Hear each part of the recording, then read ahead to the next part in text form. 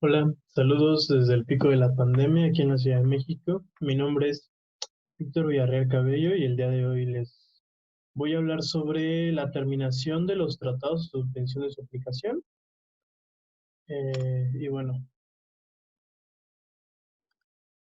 primero que nada, me gustaría a mí hacer unas consideraciones conceptuales respecto a qué es un tratado, eh, qué significa que un tratado sea bilateral o multilateral, también qué significa lo que es un retiro, la suspensión, la terminación y la denuncia, para posteriormente pasar a la Convención de Viena en la sección 3, el apartado 5, en donde vamos a revisar algunos artículos partiendo de la lectura de los mismos. Vamos a tener unos recuadros en donde los podamos ver y también una interpretación de los mismos.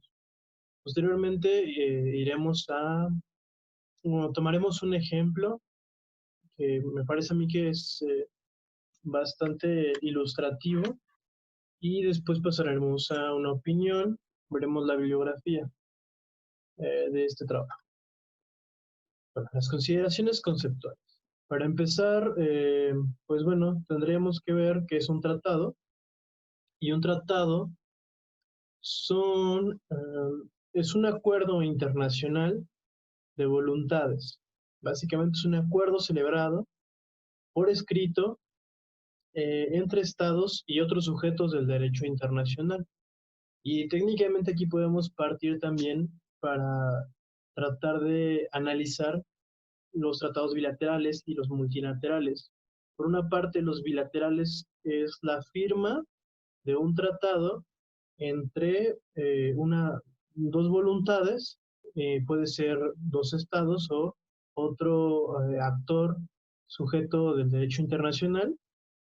Y en el caso de los tratados multilaterales podemos encontrar que son o varios estados o, bueno, un estado y varios sujetos del derecho internacional. Puedo darles como ejemplo de un tratado bilateral entre un estado y un sujeto de derecho internacional, que sería la ONU y México, por ejemplo. Y bueno, posteriormente, ¿qué significa un retiro? El retiro es cuando un país decide que por su conveniencia o de acuerdo a sus intereses ya no es favorable encontrarse dentro de un tratado. Y generalmente los retiros los podemos encontrar en los casos de tratados multilaterales. Posteriormente, una suspensión. eh, Cuando hablamos de una suspensión, esto significa que por un lapso de tiempo, dicho tratado deja de tener efecto. Este puede pasar a dejar de existir por completo o puede tener un cierto lapso para que vuelva a tener efecto. Después, aquí tenemos una terminación o extinción de los tratados, en donde básicamente este deja de desaparecer. Y finalmente, una denuncia que puede ser unilateral. Bueno, más bien en general es una denuncia unilateral y solamente se da en casos de tratados bilaterales. Y bueno, después de haber hecho esas precisiones conceptuales de forma muy sucinta, vamos a pasar a la Convención de Viena, la sección tercera, en el apartado 5. Y vamos a tener alrededor de 10 artículos que a mi consideración es necesario retomar, leer y tratar de interpretar, puesto que nos van a, a dar luz al respecto de lo que es la terminación del pacta sunt servanda, que el pacta sunt servanda en español significa lo tratado obliga.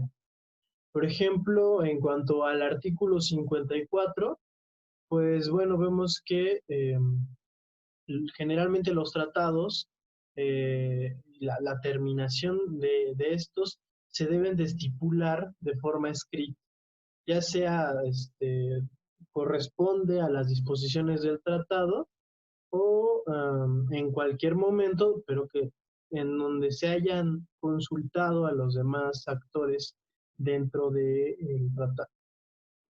Después vamos a tener en el artículo 55 eh, al respecto de los tratados multilaterales. Este nos va a hablar de que el número de integrantes, si este disminuye o incluso aumenta, no va a modificar, bueno, en este caso disminuye. Si el número de integrantes disminuye, no va a modificar para nada el alcance del tratado, salvo que así se disponga en el mismo tratado. Posteriormente tenemos el artículo 57, en donde se va a hablar de la suspensión de los tratados, en donde generalmente este se tiene que realizar siguiendo los mecanismos que establece el mismo tratado. Y también tiene que ser por consentimiento de todas las partes en algún momento dado. Después, en el artículo 58, vamos a hablar de la suspensión del tratado multilateral, y aquí se habla de que si dos partes deciden suspender o anular de una forma u otra ciertas partes del tratado, pueden hacerlo siempre y cuando no coopten los derechos de los otros estados. En este sentido, también se les tiene que avisar a los demás miembros del tratado que están suspendiendo esta parte. Posteriormente tenemos el artículo 59, que nos va a hablar de la existencia de un tratado posterior que termine con un tratado anterior. Y esto se puede dar ya sea que las dos partes o las partes en juego decidan que así sea, que se termine, que sea que la terminación de dicho tratado sea voluntad de los mismos. Y también puede ser la otra, que el tratado nuevo sea incompatible con los objetivos del tratado anterior. Esas son algunas de las consideraciones. Y en cuanto al artículo 60, que es bastante extenso, hablamos de que se faculta a las demás partes, habla de la terminación de un tratado, suspensión del mismo, respecto a la violación. Entonces, vamos a hablar que se faculta a las demás partes para enunciar la violación o suspender algunas partes del tratado o terminar con él. Posteriormente vamos a ver que las violaciones graves pueden ser un rechazo del tratado no admitido por la convención. Y si el propio tratado ya contiene cómo tratar los casos de violación o denuncia, esto se debe de seguir al pie de la letra a como lo estipula el tratado. O sea, es que si ya viene en el tratado cómo eh, referirse o cómo actuar ante una violación del mismo tratado, pues se tiene que seguir a cabalidad todos los pasos que ahí se contengan. Después vamos a hablar del artículo 61, en donde vamos a encontrar la imposibilidad subsiguiente de incumplimiento. ¿Eso qué significa? Bueno, y además solamente se puede dar en un caso, que es cuando una parte eh, alega la imposibilidad de ya no continuar o de ya no poder seguir con el tratado. Después en el artículo 62 vamos a encontrar que es un cambio sustancial circunstancial. Eso significa que las circunstancias o el contexto en el que se firmaron, en el que se firmó el tratado, se modifican, pero existen dos situaciones como de reserva en las que eso no puede ocurrir, y es que si constituyen alteración base o esencial del consentimiento, o que se modifique el alcance que puede tener lo dispuesto, ya sea en cuanto a derechos u obligaciones que se estén presentando. Y posteriormente vamos a también ver que si el cambio de circunstancia fue resultado de una violación del tratado, esto es imposible, no puedes recurrir al el artículo 62, que es el cambio circunstancial.